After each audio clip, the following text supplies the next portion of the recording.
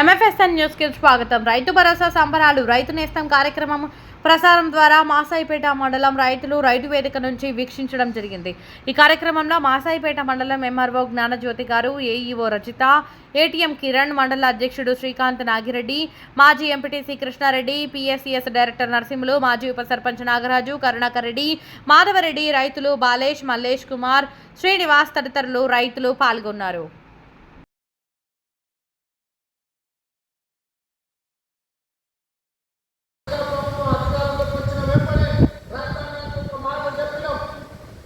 కొంతమని తెలంగాణ రైతాంగానికి మాట ఇచ్చినాం.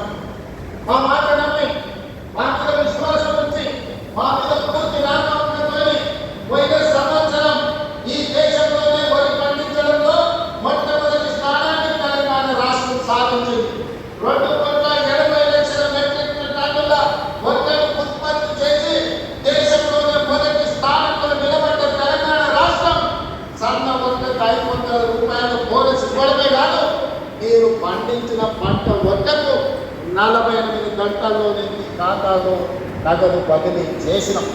ఆనాడు ఆకు పేరు మీద, ఆనాడు తడి పేరు మీద, తుట్టి పేరు మీద క్వింటాల్కు 10 కిలోలు దళాలను దోచుకుంటుంటే మన ప్రభుత్వానికి వచ్చిన తర్వాత ఈ దళాలను ఈ కిలో కూడా తక్కువ తూకం చేసినా మీ తోలు ఒలుస్తామని చెప్పి కాలు పేరు మీద, తడి పేరు మీద జరుగుతున్న దోపిడీని నిలవరించే రైతులను ఆదుకున్న చరిత్ర ఈరోజు మన ప్రభుత్వాన్ని అత్యధికంగా వరి ధాన్యాన్ని ఉత్పత్తి చేసే రాష్ట్రం మాది. మా దగ్గర గిట్టుబాటు ధరనే కాదు 500 రూపాయలు నేను మీరు ఆలోచన చేయండి. చాలా మంది అన్నారు, వాళ్ళకి తెలుసు వాళ్ళు ఏ విధంగా రాష్ట్రాన్ని ఇవాళ తీర్చిదిద్దారు. ఒక క్యాన్సర్ పేషెంట్ చూడడానికి బాగా కనిపించినా కిడ్నీలు దెబ్బతిని, గుండె దెబ్బతిని, రక్తము సరైన బీపీ, షుగర్ లాంటి క్యాన్సర్ చనిపోయే ముందు ఏ విధంగా ఉంటాడో రాష్ట్ర ఆర్థిక వ్యవహారాలను చంద్రశేఖరరావు గారు క్యాన్సర్ బాధన పడేసినట్టు పడేసి ఆనాడు తెలంగాణ రాష్ట్రం రైతుల పేరు మీద దోపిడీ చేసిండు. తెలంగాణ రాష్ట్రం రాకంటే ముందు మీ ఆర్థిక పరిస్థితి ఏంటి? ఇవాళ పోయినాబాద్లో హరీష్ రావు ఫామ్ హౌస్ ఎట్లా వచ్చింది, జన్వాడలో కేసీఆర్ ఫామ్ హౌస్ ఎట్లా వచ్చింది, గట్లకి కిర్రవల్లిలో కేసీఆర్ 100 ఎకరాల ఫామ్ హౌస్ ఎట్లొచ్చినాయి, ఇవాళ టీవీలు ఎట్లొచ్చినాయి, పేపర్లు ఎట్లొచ్చినాయి, వేల కోట్ల రూపాయల పెట్టుబడులు వీకెట్కి వచ్చినాయి. మరి మీరేమో వేల కోట్ల రూపాయల అధిపతులుగా మారుతూ మీరు ఐశ్వర్యవంతులైన రాష్ట్రం ఎందుకు దివాలా తీసింది? రాష్ట్రానికి 8 లక్షల కోట్ల రూపాయలు అప్పెట్టు వచ్చిందని నేను అడుగుతున్నాను. 10 ఏళ్ళ ఆగర్భ శ్రీమంతులు మీరైతే అమీర్ల లాగా నిజాం నవాబుల కంటే ధనవంతులుగా మీరు మారినప్పుడు దేశంలోనే ధనిక రాష్ట్రమైన తెలంగాణ ఇవాళ దివాలా తీసింది. చివరికి 1,00,000 రూపాయల రుణమాఫీ చేస్తాన మీరు నాకు మిగతాలన్న. అసలు మీరన్నారు మిత్తి మీరే కట్టాను, అసలు లేదు మిత్తి లేదు.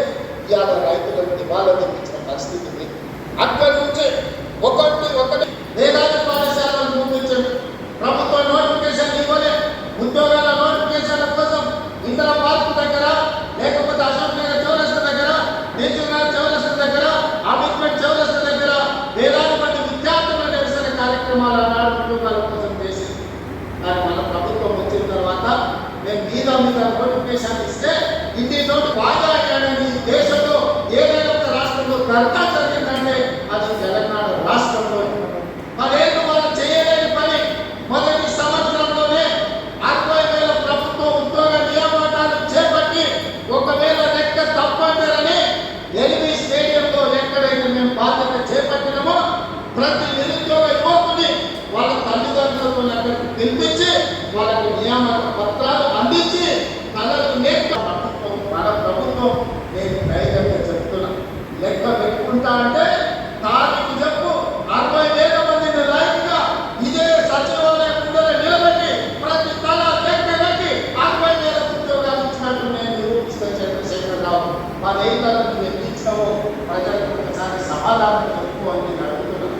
అదేవిధంగా ఇవాళ రైతు నుంచి రైతులు పండించిన పంటను కొనుగోలు విషయంలో కావచ్చు 18 నెలల్లో 1,00,000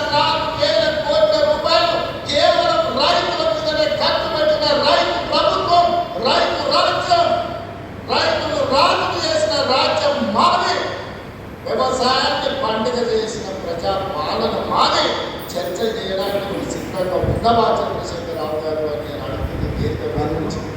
మీరు కాళేశ్వరం ముసుగులో 1,00,000 కోట్ల రూపాయలు మీరు కొల్లగొట్టే 18 నెలల్లో 1,04,000 కోట్ల రూపాయలు రైతాంగానికి అందించి రైతులను ఆదుకున్న చరిత్ర మాది. వ్యవసాయం అంటే 10 మందికి సాయం, రైతులు రాజు చేయాలి, వ్యవసాయాన్ని పండుగ చేయాలన్న ఒక ఉక్కు సంకల్పంతో ఎన్ని కష్టాలు వచ్చినా ఎంతమంది తిట్టినా ఇట్లన్నిటిని ఓర్చుకొని ఇవాళ ఈ ప్రజా ప్రభుత్వాన్ని ముందుకు తీసుకెళ్తున్న మిత్రులారా, ఇవాళ మహిళల విషయంలో మీరు చూడండి, ఆర్టీసీలో ఉచిత ప్రయాణం కావచ్చు, ఆడబిడ్డలకు పెట్రోల్ బంకుల నిర్వహణ కావచ్చు, ఆడబిడ్డలకు సోలార్ బిజినెస్ కావచ్చు, అదాని అంబానీలతో పోటీ పడే విధంగా ఇవాళ 1000 మెగావాట్ల సోలార్ విద్యుత్ ఉత్పత్తి సామర్థ్యాన్ని విద్యుత్ శాఖతో ఒప్పందం చేపించి కోటి మంది మహిళల్ని కోటీశ్వరులను చేయాలనుకుంటూ సంకల్పంతో ఇవాళ ముందుకు పెడుతున్నాం. ఆడబిడ్డలకు ఒక్క సంవత్సరంలో 21,000 కోట్ల రూపాయలు జీరో వడ్డీతో ఇవాళ ఆడబిడ్డలను ఆదుకున్నాం. అదే కాదు, హైటెక్ సిటీ తెలంగాణలో పార్టీ చచ్చిపోయింది, సచ్చిన పాము. ఆ సచ్చిన పాము ఈరోజు గోదావరి జలాల సెంటిమెంట్తో ఇవాళ మంటలు పెట్టి తెలంగాణలో పార్టీ మళ్ళీ బతుకుతాడట. ముందుగా చూసడానికి అక్కడికి పంపించినాడు, ఎప్పుడో చూసినప్పటికీ మళ్ళీ వస్తాడు. ఎక్కడికెళ్ళి వస్తుంది తెలంగాణ రైతాంగం అంట? ఎద్దోళ్ళు అనుకుంటున్నావా, ఉద్యోగులు అనుకుంటున్నావా చంద్రశేఖరరావు? అందుకే ముఖ్యమంత్రికి ఈరోజు నేను సవాల్ విసురుతున్నా, మీరు స్పీకర్ గారికి లేఖ రాయండి, శాసనసభ సమావేశాలను ఏర్పాటు చేద్దాం, గోదావరి జలాల మీద ఒకరోజు, కృష్ణానది జలాల మీద ఒకరోజు చర్చ పెడతాం. గోదావరి జలాలను తరలించుకోమన్నది ఎవరు? రాయలసీమ రతనాల సీమ చేస్తానని ఎవరు? ఈ రోజు సంపూర్ణంగా చర్చ చేద్దాం. నేను తప్పు చేసినట్టు ఒక్క కాగితం చూపించినా, నేను మా ఉత్తమ్ కుమార్ రెడ్డి గారు ఆంధ్రప్రదేశ్ ప్రణాళిక రచించినప్పుడే కేంద్ర ప్రభుత్వానికి ఫిర్యాదు చేసినాం, కేంద్ర ప్రభుత్వానికి చెప్పొచ్చినాం గట్టిగా, మీరు వాళ్ళకి సహకరిస్తే సుప్రీంకోర్టులో కలుసుకుందాం, మీ సంగతి వాళ్ళ సంగతి అక్కడ తేల్చుకోమని చెప్పొచ్చింది మేము. మా చిత్తశుద్ధి నువ్వా ప్రశ్నించండి. 10 ఏళ్ళ రాష్ట్రాన్ని దోచుకొని తెలంగాణ ఎడారిగా మార్చి ప్రాజెక్టులన్నింటినీ పడావు పెట్టి ఈ రోజు ఒకసారి చెప్తున్నాను మీడియా మిత్రుల ద్వారా చంద్రశేఖరరావు గారు సూటిగా సవాల్ విసురుతున్నా, గోదావరి పంటల మీద పూర్తి స్థాయిలో చర్చ చేద్దాం. మీరు స్పీకర్ గారికి లేఖ రాయండి, మీరు ఏ తారీఖు నాడు పెడితే ఆ తారీఖు నాడు మా ప్రజా ప్రభుత్వం చర్చలకు సిద్ధంగా ఉంది, ఆధారాలన్నీ నేను తీసుకొని వస్తా. తెలంగాణ ద్రోహులు ఎవరో, గోదావరి జలాల దొంగలెవరో శాసనసభలో తేలుస్తాం. నీకు నీ అల్లుడికి చిత్తశుద్ధి ఉంటే చర్చకు తీసుకుంటా, అప్పుడు మాట్లాడటం తప్ప అబద్ధాల ప్రచారంతో ప్రజల్ని మభ్యపెట్టమని ఎవడు ఊరుకునేవాడు లేడు. అప్పుడంటే పెద్ద మనిషి జానారెడ్డి గారు నీతో నేను అనుకున్నాడు, ఇప్పుడు అట్లాంటి పరిస్థితి ఏం లేదు. రా వస్తే చెప్తే శాస్త్రాలు ఈ సంగతి. అందుకే మిత్రులారా, ఇవాళ నేను ఒకటే మాట చెప్పదలుచుకున్నాను, వ్యవసాయం పండుగగా, వ్యవసాయం పండుగ, రైతు రాజు చేయడమే మా లక్ష్యం. ఈ రైతుల కోసం ఎంత దాకైనా ఎవరితోనైనా కొట్లాడటం. ఈ తెలంగాణ రైతాంగానికి వ్యవసాయాన్ని లాభసాటిగా చేసే వరకు మా ప్రభుత్వం అండగా నిలబడుతుంది. ఈ రైతాంగ ఆశీర్వాదం ఉన్నోడే రాజైతాడు. ఈ రైతు కంప్లీట్ అయింది, బట్టి గారు విరామం తీసుకుందాం అనుకుంటున్నాడు. బట్టి గారికి విరామం లేదు. రాజు యువ వికాసం ప్రకటించారు. రాబోయే రోజుల్లో రాజు యువ వికాసమే మన ఛాలెంజ్. నెక్స్ట్ రాజు యువ వికాసాన్ని ముందుకు నడిపించి యువకులను ఆదుకునే ప్రణాళిక సిద్ధం చేసుకొని మీ ముందుకు వస్తాం. మీ ఆశీర్వాదం పొందుతాం. ఇంతకుముందే నేను గాంధీతో మాట చెప్పిన, 94 నుంచి 2004 2 సార్లు టీడీపీ అధికారంలో ఉంది. 2004 నుంచి 2014 వరకు కాంగ్రెస్ పార్టీ 2 సార్లు అధికారంలో ఉంది. 2004 నుంచి 2023 వరకు 2 సార్లు టీఆర్ఎస్ అధికారంలో ఉంది. ఈ బస్సులను కొని ఆర్టీసీకి కిరాయికి పెట్టుకునే ఆర్థిక స్తోమత ఇవాళ ఆడబిడ్డలకు అందించినాం. పెట్టినాం. గ్రామాలలో ఉన్న పాఠశాలలు అమ్మ ఆదర్శ పాఠశాల మీద ఆడబిడ్డల చేతిలో పెట్టి పిల్లల భవిష్యత్తు ఆడబిడ్డల చేతిలో భద్రమని ఇవాళ అమ్మ ఆదర్శ పాఠశాలకు తీసుకొచ్చాం. పాఠశాలలో పిల్లల బట్టలు ఒకనాడు కార్పొరేట్ కంపెనీలు కుట్టే ఇవాళ వాటిని రద్దు చేసి ఆడబిడ్డలకి బట్టలు కుట్టే వ్యాపారాన్ని ఇవాళ ఆడబిడ్డలకి అందించాం. ఇప్పుడు పాఠశాలల్లో తిను వస్తువులను, కూరగాయలను, పాలు, పండ్లు అన్ని సరఫరా ఉన్నప్పుడు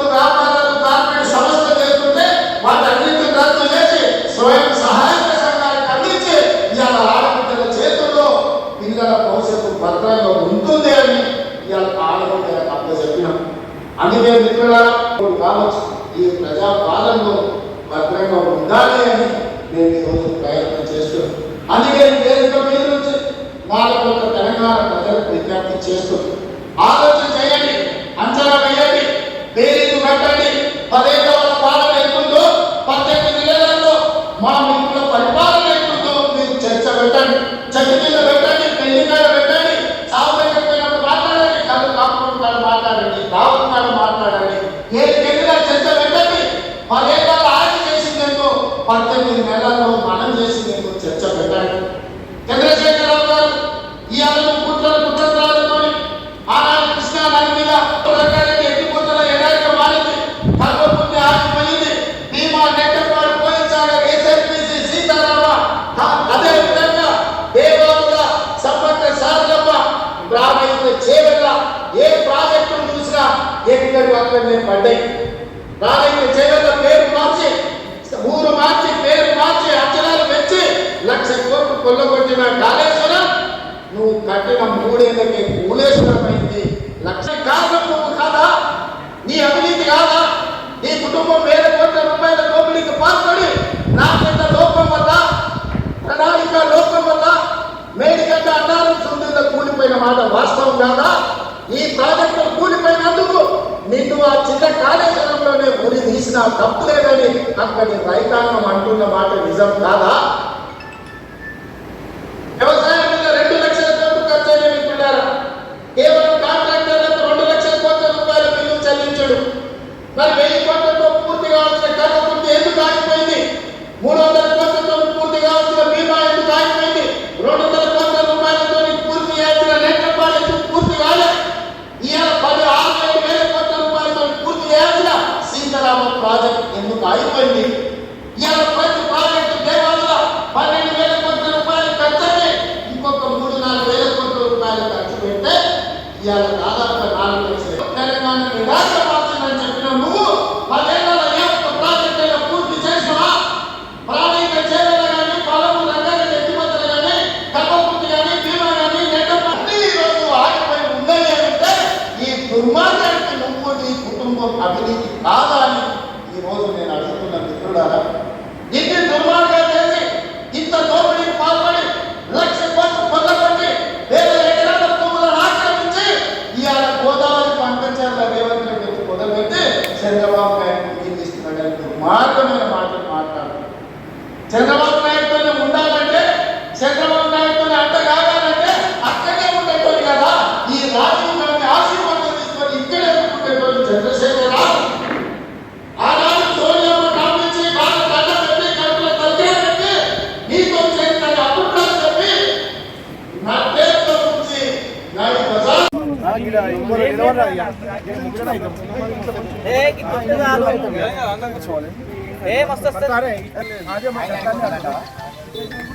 అలా నువ్వు ఎండ పోయి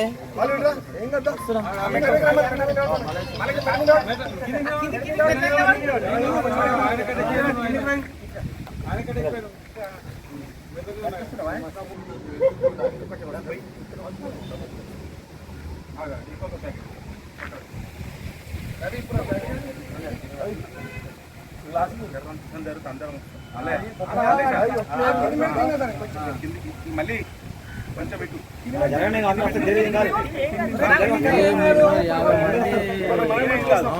అందరం మంచిగా పడతాం. దగ్గర నువ్వు కూడా మీరు కొంచెం బాలు కొంచెం జరగండి కొంచెం అందరం మంచిగా సరిపోదు సరిపోదు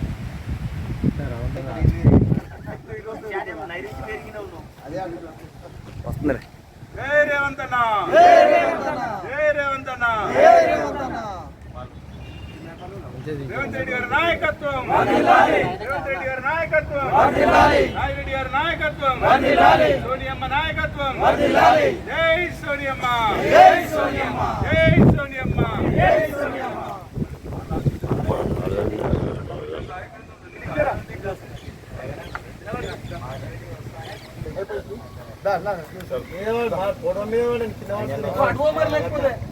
కాంగ్రెస్ జై రేవంత్ అన్న జై రేవంత్ అన్న రేవంత్ అన్న నాయకత్వం రేవంత్ అన్న నాయకత్వం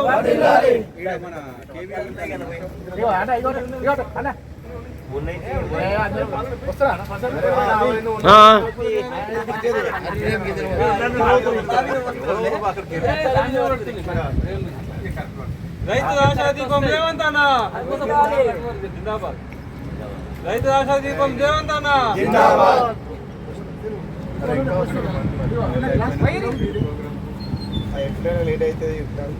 జై కాంగ్రెస్ జై కాంగ్రెస్ జై కాంగ్రెస్ సోనియమ్మ నాయకత్వం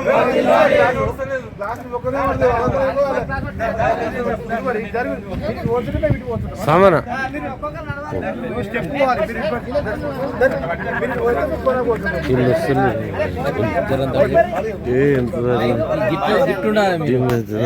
యూట్యూబ్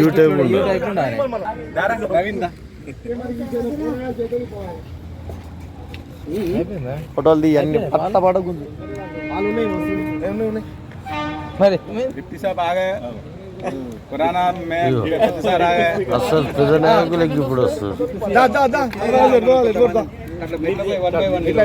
ఇది మంచిగా వస్తుంది ఇది మంచిగా వస్తుంది కృష్ణ ఈడికెళ్ళి నిలబెట్టి ఇప్పుడు ఇది హైలైట్ వస్తుంది ఇది మంచిగా వస్తుంది కదా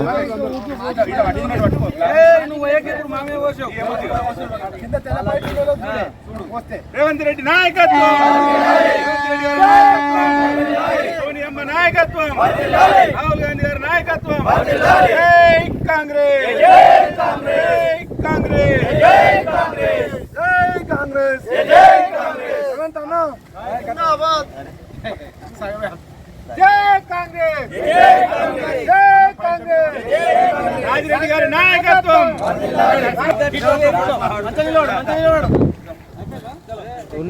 నిజంగా చాలా సంతోషకరమైన విషయం.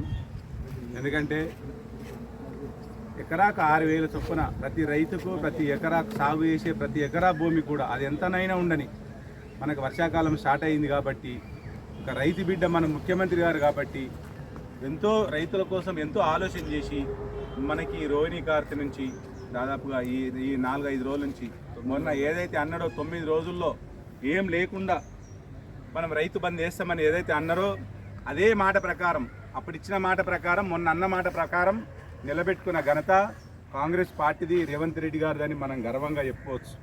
ముఖ్యంగా మొన్న మనం చూసినాం ఎన్నో పథకాలు ఇందిరమ్మ ఇల్లు అయితేనేం సన్న బియ్యం అయితేనేం పేద ప్రజలకు సన్న బియ్యం అయితేనేం ఉచిత కరెంట్ అయితేనేం 20,000 కోట్ల రుణమాఫీ అయితేనేం ఏదైనా ఫలానా పథకము ఫలానాది సక్సెస్ అయిందంటే అది కాంగ్రెస్ పార్టీ పేటెంట్ అని మనం గర్వంగా చెప్పుకోవచ్చని నేను వేదిక నుండి అవినయంగా కోరుచున్నాం.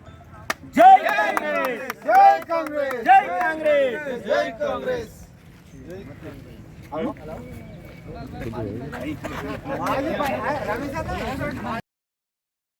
MFSN ఛానల్కు లైక్ చేయండి, షేర్ చేయండి, సబ్స్క్రైబ్ చేయండి.